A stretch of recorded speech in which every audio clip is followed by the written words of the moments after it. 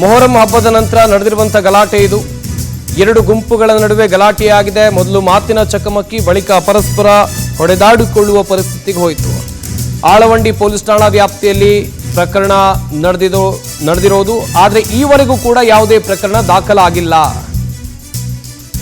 ಒಟ್ಟಿನಲ್ಲಿ ಕೇಸ್ ದಾಖಲಾಗಿಲ್ಲ ಎನ್ನುವ ಮಾಹಿತಿ ಇದೆ.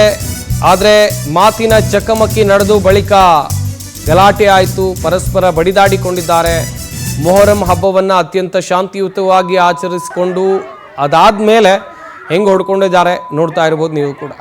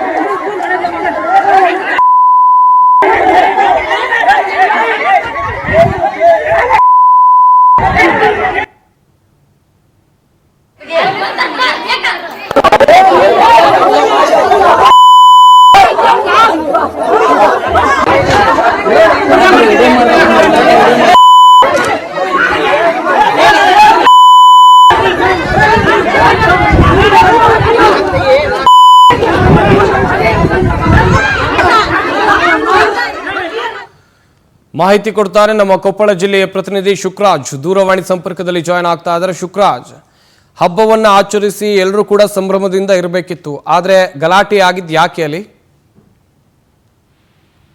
ಕೊಪ್ಪಳ ಜಿಲ್ಲೆಯಲ್ಲಿ ಈ ಬಾರಿ ಮೊಹರಂ ಹಬ್ಬ ಬಹಳ ಸುಸೂತ್ರವಾಗಿ ಮುಗಿದಿತ್ತು ಅಂತ ಅನ್ಕೊಂಡಿರುವಾಗಲೇ ಇಂಥದ್ದೊಂದು ಘಟನೆ ಇದೀಗ ಬೆಳಕಿಗೆ ಬಂದಿರತಕ್ಕಂಥದ್ದು. ಏನು ಕೊಪ್ಪಳ ತಾಲೂಕಿನ ಅಳವಂಡಿ ಪೊಲೀಸ್ ಠಾಣಾ ವ್ಯಾಪ್ತಿಯಲ್ಲಿ ಈ ಒಂದು ಘಟನೆ ನಡೆದಿರತಕ್ಕಂಥದ್ದು. ಬೋಚನಹಳ್ಳಿ ಗ್ರಾಮದಲ್ಲಿ ಅದೇ ಮೊಹರಂ ಕೊನೆಯ ದಿನದಂದು ಈ ಒಂದು ಮಾತಿನ ಚಕಮಕಿ ನಡೆದಿರುತ್ತೆ. ಆದ್ರೆ ಆ ಹಬ್ಬದ ದಿನದಂದು ಹಿರಿಯರ ಸಮ್ಮುಖದಲ್ಲಿ ಎಲ್ಲವೂ ಕೂಡ ಬಗೆಹರಿದಿರುತ್ತೆ. ಆದ್ರೆ ಹಬ್ಬ ಮುಗಿದ ನಂತರ ಇದು ಮತ್ತೆ ಗರಿಗೆದರಿಕೊಂಡಿರತಕ್ಕಂಥದ್ದು. ಯಾಕಂತಂದ್ರೆ ಏನು ಆ ಒಂದು ಮೊಹರಂ ಕೊನೆಯ ದಿನ ಅಲ್ಲಿಗೆ ಬರೆಯುವ ವಿಚಾರಕ್ಕಾಗಿ ಈ ಒಂದು ಗಲಾಟೆ ನಡೆದಿದೆ ಎಂದು ಹೇಳಲಾಗ್ತಿದೆ. ಆ ವಿಚಾರವನ್ನೇ ಇಟ್ಕೊಂಡು ಒಂದು ಗುಂಪಿನ ಯುವಕರು ಮನೆಗೆ ಹೋಗಿ ಬರೆದಿದ್ದಾರೆ ಅಂತಂದು ಇದೀಗ ಅಳವಂಡಿ ಪೊಲೀಸ್ ಠಾಣೆಯಲ್ಲಿ ಒಂದು ಗುಂಪಿನ ಏನು ಹಲ್ಲೆಗೊಳಗಾದಂತಹ ಗುಂಪಿನ ಯುವಕರು ಈಗ ದೂರು ನೀಡಿರ್ತಕ್ಕಂಥದ್ದು.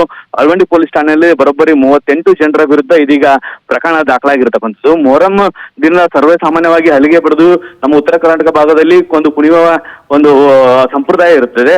ಆದ್ರೆ ಇದೇ ಒಂದು ಸಂಪ್ರದಾಯವೇ ಇದೀಗ ಈ ಒಂದು ಗಲಾಟೆಗೆ ಕಾರಣ ಆಗಿದೆ ಅನ್ನೋದು ನಿಜಕ್ಕೂ ವಿಪರ್ಯಾಸ ಅಂತಾನೆ ಹೇಳ್ಬೋದು. ಯಾಕಂತಂದ್ರೆ ಸುಮಾರು 38 ಜನರ ವಿರುದ್ಧ ಈಗ ಪ್ರಕರಣ ದಾಖಲಾಗಿರ್ತಕ್ಕಂಥದ್ದು. ಮತ್ತೊಂದು ಗುಂಪಿನವರು ಕೂಡ ಈಗ ಪ್ರಕರಣ ದಾಖಲಿಸಲು ಮುಂದಾಗಿರ್ತಕ್ಕಂಥದ್ದು. ಇದೀಗ ಗ್ರಾಮದ ಹಿರಿಯರು ಕೂಡ ಏನು ಮೊದಲನೇ ದಿನ ಮೊಹರಂ ದಿನ ಕೊನೆಯ ದಿನದೊಂದು ಬುದ್ಧಿವಾದ ಹೇಳಿದ್ರು. ಇದೀಗ ಅವರ ಮಾತಿಗೂ ಬೆಲೆ ಇಲ್ಲದಂತಹ ಒಂದು ಪರಿಸ್ಥಿತಿಯಲ್ಲಿ ನಿರ್ಮಾಣ ಆಗಿರ್ತಕ್ಕಂಥದ್ದು.